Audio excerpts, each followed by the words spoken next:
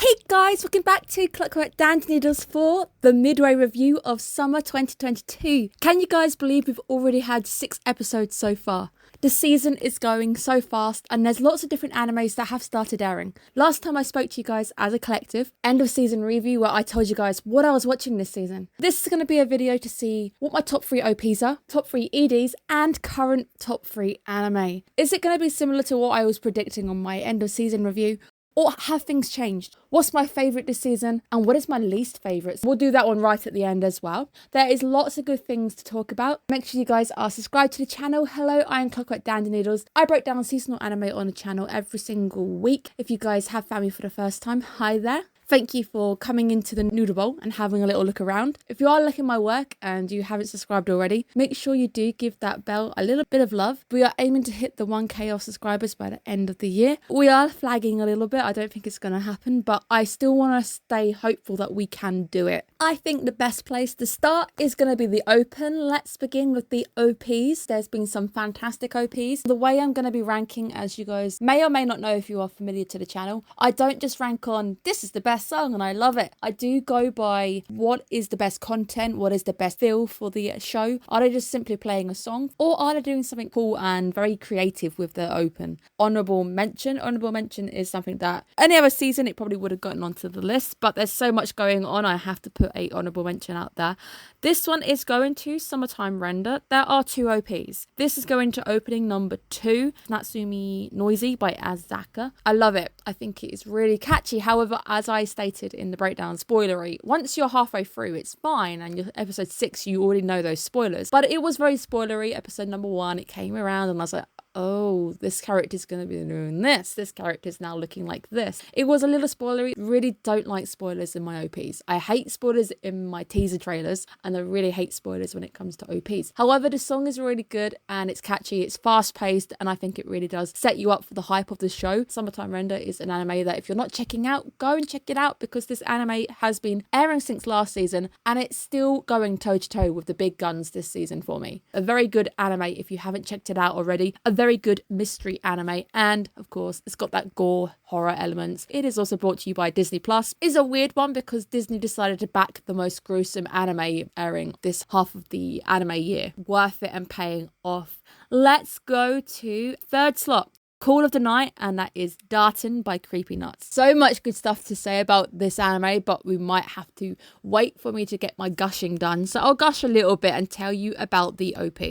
The OP is the same band as the ED. Something even more fun if you were not aware. In episode number 6, the band makes a cameo at the pool to start hitting on Nazuna. Hey guys, we're going to have you in the shows. They must have known who they were going to have, at least before episode 1 was airing. Okay, we're going to very quickly make your faces these characters who hit on her at the pool. So that episode has just aired. It's a fantastic anime for vibes. I'm really liking this band. Didn't know about them until this anime, so this anime's done 2 good things. It's brought me back to the days of the Monogatari movies. If you are wondering why when you're watching this anime you're getting such blasts from those movies, it's the same guy. I didn't know it was the same guy, and of course it is. The OP for me doesn't do too much, but it does set up the vibes. It's got some of those nice sweeping sky shots, really does put you in the mood, and of course with it being the same singer for the OP and ED, it's able to be consistent with its themes, which I do like when it comes to anime. I love consistency.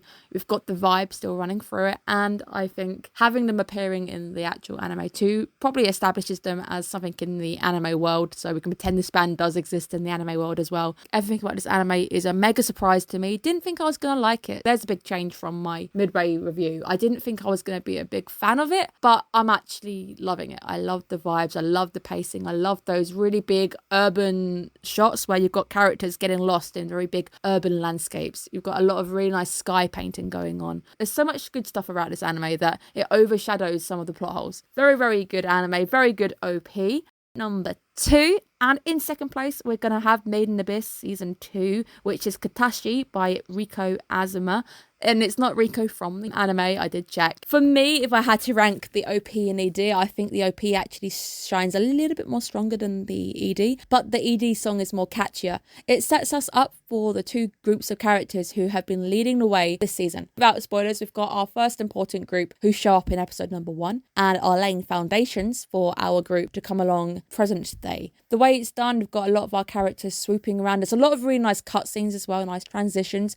I do love me a good transition. Love lighting, love transitions. This anime OP has got both of them. I think the OP is great for setting the vibe and tone. It feels like it's got a bit of a hidden message to it. Really do like the OP for Maiden Abyss. But first place is gonna go to Shadow's House, Shall We Dance by Rihanna. It's the same artist who did the season 1. Season 1 blew me away with the subtle hints, the subliminal messages in their OP. There doesn't appear to be anything in the way of order this time. Order doesn't flip from the end to the OP. The ED this time stands alone from the OP. But Shall We Dance is such a great anime open. It sets you up with a vibe. It has us back in that maze. Transitions are beautiful. Having Kate running through the maze, then going through a door, and all of the colour suddenly appearing, because a lot of the themes with this anime are being trapped, being imprisoned, and the idea is that Kate wants to break free, and she can only do this by finding a Miliko, and that's what happens in the OP. Very gradually does she find it. We see a lot of the characters also dancing around in the maze, which could be representative of the house itself and all of these mechanics, because there's a lot going on behind the scenes where Kate is having to work away and navigate and try and find an ending where she can be happy and she can dance free in a field of flowers with a Miliko. Do I think it's going to end in that kind of way? Maybe not. I do think it might be setting us up for a bit of a bittersweet ending, because I can't see everyone being happy. It's either going to be we can exist without the shadows, or we can coexist. But I feel like they would probably go more down that once you're away, the shadows need humans or something. Foresee a bad ending on it, but I am totally open for that because it's such a good anime regardless. I'd give whatever they gave me because I am loving Shadow's House so much. I already knew I was going to love Shadow's House. You guys already know I have mega regret from not breaking it down season 1. Didn't miss a beat. As soon as I saw they were going to do it, I was like, it's going on the channel. Even if it's a packed season, it's going to be on the channel. I'm breaking it down. I love it. Very much like season 1, where I did actually crown both OP and ED on Shadow's House for season 1, despite not breaking it down. It's also going to number 1 for me on the charts, just because I think it carries the vibe and the pacing so well. There is so much going on in that OP that I'd have to break it down a few times once I've finished with the season, just to see what I've missed, because some things are in there that I'm not picking up on just yet.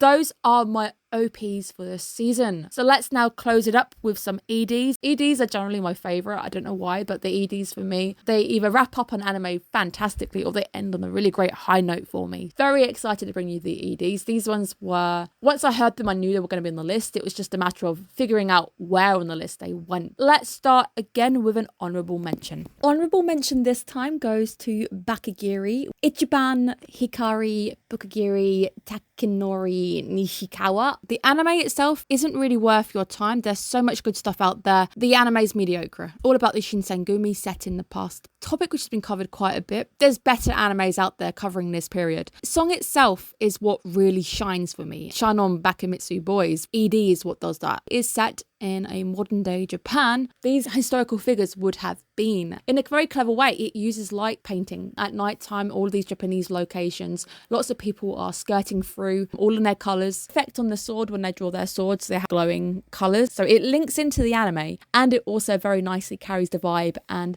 I do love it when historical animes cover the modern day period. They will show you where something took place. I don't think you can get a feel for history without actually visiting the location itself. If you're ever in the UK, drop by Dover Castle, go see those wartime tunnels, the places where the D-Day landings were drawn up, and really get a feel for how nerve-wracking, how on edge being in those caves in the darkness it would have felt. This CD fully deserves to be on the list. The anime itself isn't really worth checking out. Go and find Takanori Kishikawa's actual page. Go and give him some love, because he definitely deserves it for the song that he's cooked up.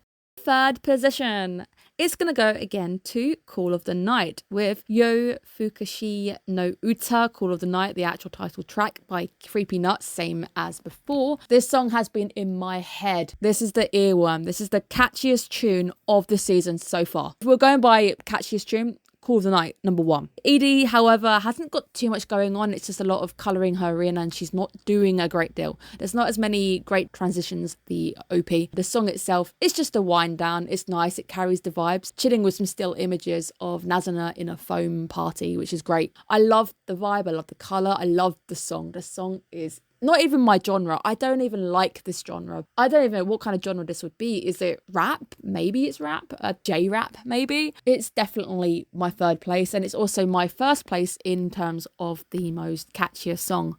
In 2nd position, we have Maiden Abyss with Endless Embrace by Mythenroid. I might be biased putting them on the list because I love Mythenroid stuff. This one I have been singing. It's not as catchy as Creepy Nuts, but it is such a good wrap up with it being called Do You Remember Me and the hints of a endless embrace. I think there's a lot of hints here for where we might be ending, and I've got theories for this season. This season is definitely shaping up to be very interesting and giving us lots of answers but also creating more questions. Maiden Abyss is an anime that I think took everybody by storm when it first hit. Sadly, I don't think as many people are watching this season. Maybe they're not aware that it's out, but if you aren't aware it's out, go check it out because season 2 is just as good as season 1, if not more traumatic. All the things you need from a Maiden Abyss. It's got those beautiful, gorgeous scenery. It's got those gorgeous soundtrack by Kevin Penkin. It's got great voice acting. Mythenroid, what more could you ask for? Whenever there's a Mythenroid track, I have a feeling the anime supporting that song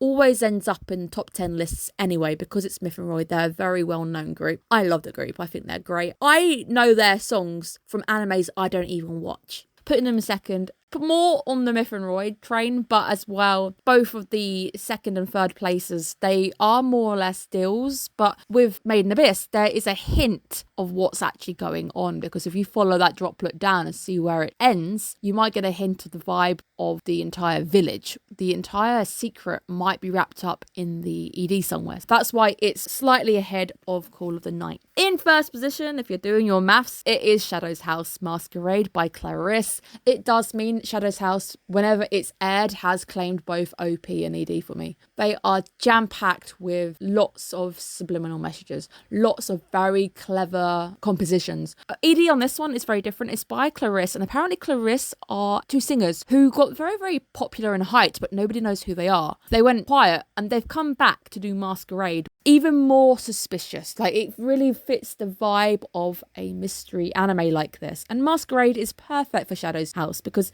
it's all about a face, all about wearing a different face. The song itself, the title, is absolutely perfect. The ED is slightly different in the fact that it focuses in on Barbara and Barbie, our 2 starbearers. 2nd season so far has been centering around the starbearers because they are key to the plot right now. It's different in the sense that it's focusing in on 2 characters who haven't really been main cast until this season. There's a lot of nice little hints. Rosemary and Mia are there. I think it's going to be revealed at some point this season that there's a very big link to these 2, and I have a feeling Barbara and Barbie are going to be key for this season. That's why they're there. It's very nice. We've got the use of the water to show the reflections. One side you've got the shadows, 2nd side you've got the faces and the living dolls. Really, really nice. Lots of use of colour as well. Everyone's got their own colour of flower. At the end, the roses are in the vase and they're slightly faded, but they're parting, and a million different subliminal messages that I will need to go and rewatch once I've got the end of season 2. But this is why I have to crown Shadow's House top for both. Simply because OPs and EDs are crafted to continue the story,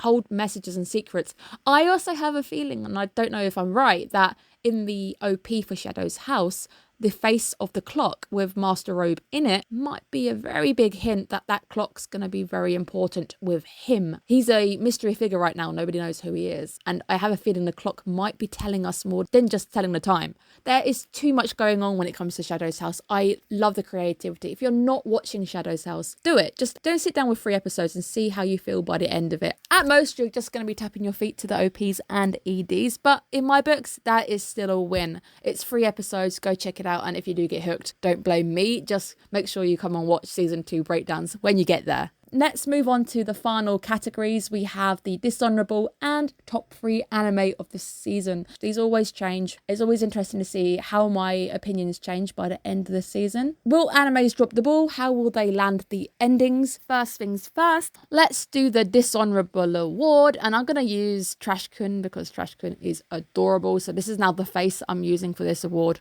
whenever I do this award now, because I love this bin. This bin is beautiful. I love him. The dishonorable mention for summer 2022 goes to Rent-a-Girlfriend. No surprise there. I'm watching it because I have a thing where once I start watching something, it's very difficult for me to just give up on it because I don't like to put dropped on my anime list. It's such a painful anime to watch. It really is. Got myself into this never-ending loop of I really don't want to drop an anime, but I don't like this anime, but I'm watching it. I was hoping it might redeem itself at some point, and it just hasn't redeemed itself yet. Maybe by the end of the season, maybe it'll be number 1. Maybe we'll have a complete turnaround and it'll get good. Honourable mention. 2 honourable mentions. So I'm going to do something a little bit different because I have to do 2 because I want to mention something about both of these animes. First honourable mention has to go to Isekai Yakui. We finally have it, my friends. We have finally got a midway review where an isekai has made it onto my list. There's generally at least an obligatory isekai on my list. I feel like I sometimes have to. I put this one on because it had a very good premise. This anime is all about medicine. We have a pharmacist who gets reincarnated, taken to a place where medicine is back in the medieval periods. It's very Stone Age. If you don't know anything about me, I have a degree and my actual thesis was in medicine through history. So this anime is my thesis, it's my dissertation in anime form. And this anime is really pulling off some very nice plots. It's not just because Daddy here is very bloody hot. He's hot. But the plot itself is really good. There's a lot of very nice character interactions, the way that the character interacts with his sister. There's some very nice moments where it feels scary because this guy suddenly got all these powers and people fear him. They literally fear the amount of power he's got. So instead of doing the typical anime isekai trope where, oh, he's amazing, he's like a god and everyone just falls at his feet, people fear him. People are looking at him in an odd way. And then we've got this very nice interaction between hot dad and son where he's like, are you still my son? There is this good interaction between the two where they discuss whether he's still his son or not. I definitely recommend, if you haven't picked it up, check out this anime. This anime is worth your time. If you're an isekai fan anyway, you could probably hate it because I'm not an isekai fan, so I hate isekai generally because it's just the same. So for me, this being different, this probably means you guys are going to hate it. Genuinely like this anime and I would love to see more from this anime. Hopefully it can remain in honourable mention spot for the end of season review. However, the second honourable mention is going to take a bit of beating. It means something in my top 3 has to slip up royally for the isekai to even make it. First place honourable, we're going to go for Call of the Night. This anime is beautiful. Visual artwork. If you've seen the first movie, the second movie for the Monogatari series with the vampire and the kid, artwork. It's not an anime, it's an artwork. The lighting, all the lighting is just artistic. Every single shot is like frame by frame photographer of the year award. All of these scenes are sweeping, beautiful landscapes, urban sprawling Tokyo. We've got the characters dancing through the sky.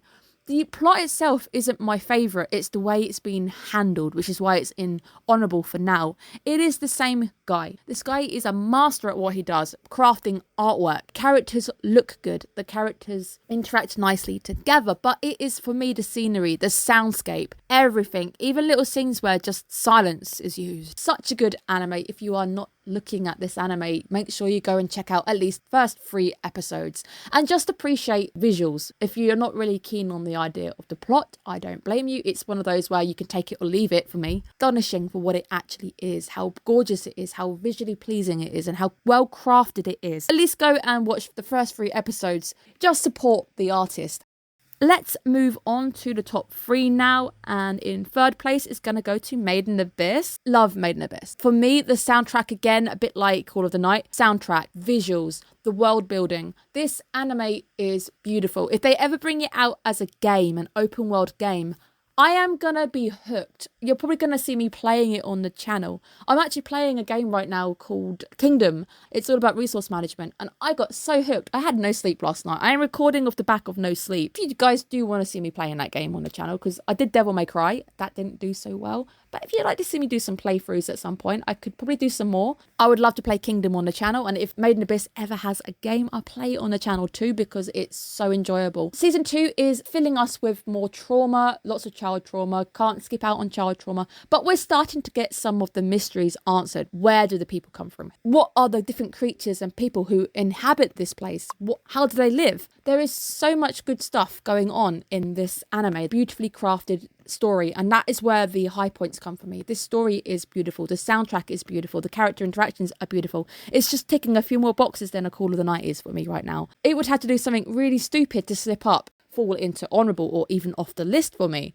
And I can really imagine that we're going to have a fantastic twist, or a horrifically fantastic twist, at the end of this season. So I'm very excited to see where the story takes us. Second place is a shocker to me. It is Summertime Render. Has managed to stay in my top 3 for 2 seasons. Absolutely hats off to you. Have been very skeptical with this anime. I was waiting any point they were going to drop the ball. They could still drop the ball, so this could be the weak link that drops and allows Call of the Night to enter top 3 for me. Right now, the mystery is still twisty, turny, well thought out. There have been some little plot armor loopholes that I've picked up on. A few more of them starting to appear, but right now I think it's really, really good. You've kept the mystery going. I've had big theories that have been completely shot out of the water. I've got an overarching theory that I'd love to be true, but right now it's an anime where I can't even foresee how we're gonna have a good ending, and that to me is good craftsmanship. Story has been thought through. I love how it looks. It's got some really good artwork. It sounds pretty decent as well. Interactions with the characters might be one of the weaker aspects, weak link perhaps, but it could also end on a high for me.